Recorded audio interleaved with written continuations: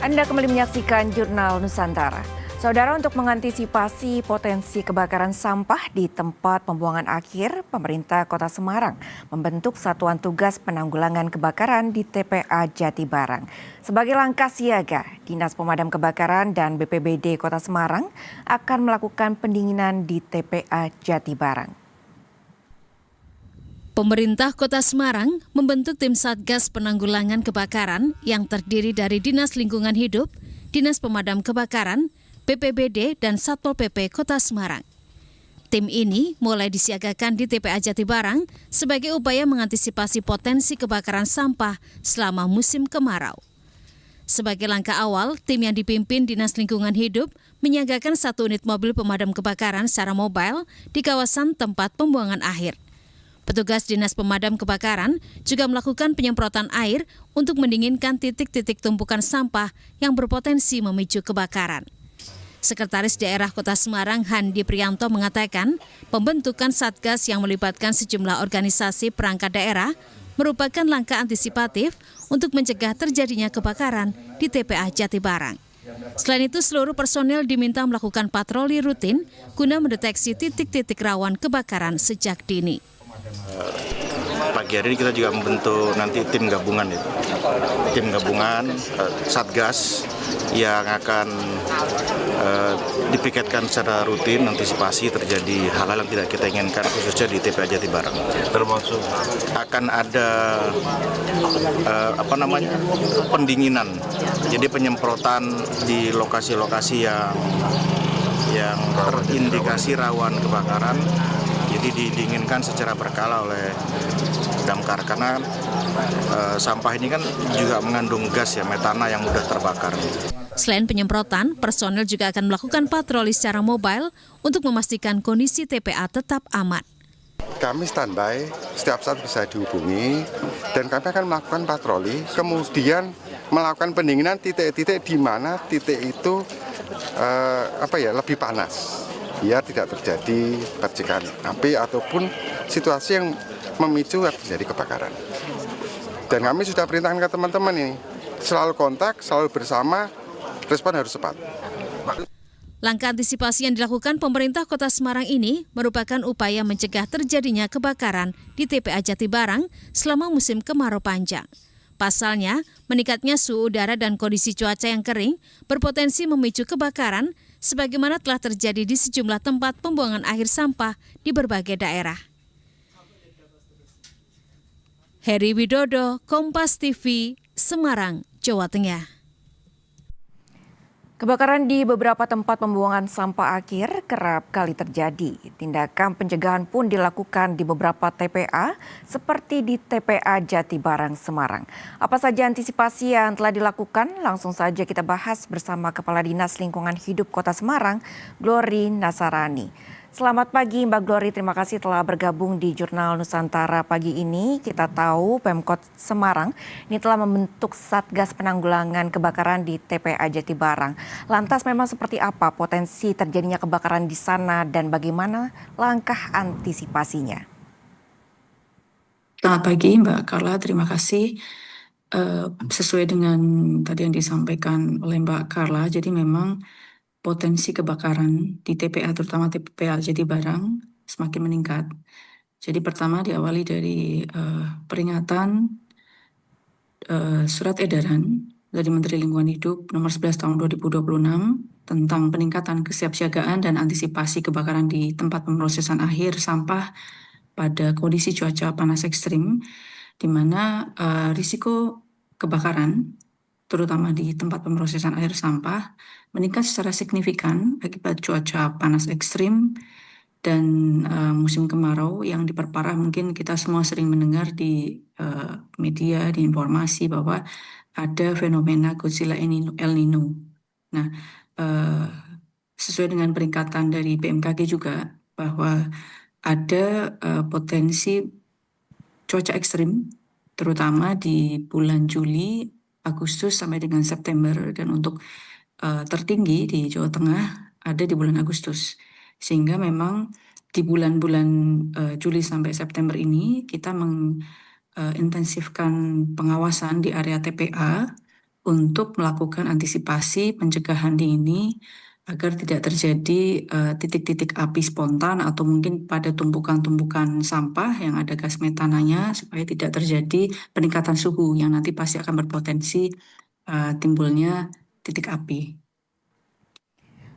Baik Mbak Glory, tadi disebutkan El Nino ini membuat potensi kebakaran lebih mungkin untuk terjadi. Lantas seperti apa langkah antisipasinya Mbak, untuk penanggulangan potensi kebakaran yang mungkin terjadi di musim kemarau ini? Ya, terima kasih. Jadi memang beberapa langkah selain tadi mungkin sudah diberitakan, kita sudah membentuk tim atau satgas untuk mempermudah koordinasi, karena tentu saja menangani kebakaran itu tidak bisa dilakukan oleh DLH sendiri. Butuh koordinasi, reaksi cepat, dan ini butuh komunikasi secara intensif dengan lintas sektor antar OPD di Kota Semarang tentu saja.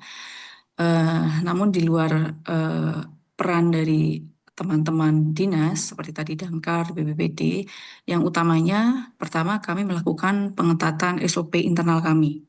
Jadi internal kami, petugas kami, kita sudah melakukan patroli internal secara rutin, memastikan tidak ada potensi kebakaran seperti dari pemulung, kemudian dari petugas operator alat berat, kemudian armada-armada yang membawa truk sampah, agar tidak memastikan mereka tidak merokok, tidak membawa korek yang berpotensi menjadi titik api.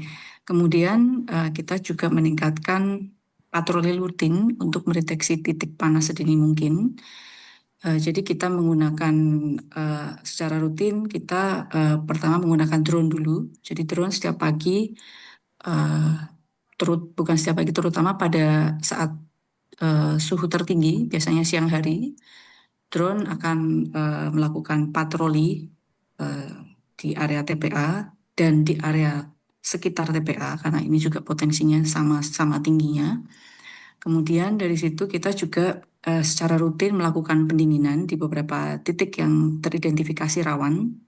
Jadi kita sudah melakukan pemetaan titik-titik mana yang paling tinggi potensinya ada titik api. Jadi penentuan titik ini juga kami berdasarkan kesiapan peralatan perlengkapan kami seperti kemampuan cakupan selang kami, pompa kami, kemudian kami juga sudah membuat jaringan perpipaan untuk menangkap gas metan di beberapa titik, dan ada beberapa titik yang mungkin belum bisa terjangkau oleh perpipaan tersebut, dan itu kami identifikasi sebagai titik rawan yang akan kami intensifkan patroli di tim internal.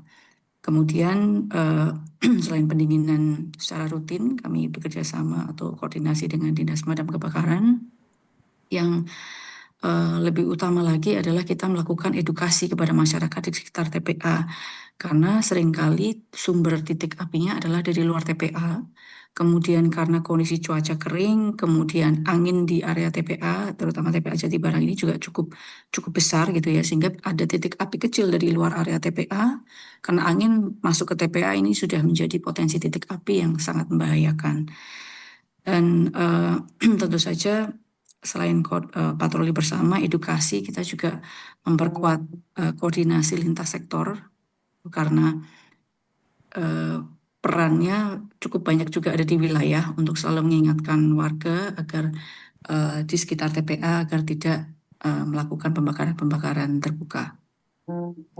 Baik Mbak Glory, tadi disebutkan sejumlah langkah telah dilakukan untuk menanggulangi potensi kebakaran di TPA Jatibarang.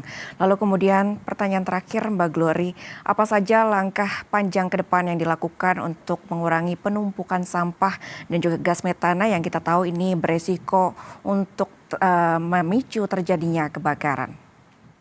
Ya, terima kasih. Jadi memang gas metan ini kita tahu bersama bahwa potensi timbulan gas metan ini paling besar adalah dari sampah organik sebenarnya, karena ada proses pembusukan. Nah, jangka panjangnya tentu saja kita mengedukasi terus kepada masyarakat tentang gerakan pilah sampah dari rumah, untuk memastikan bahwa sampah organik, anorganik sudah terpilah. Kemudian ada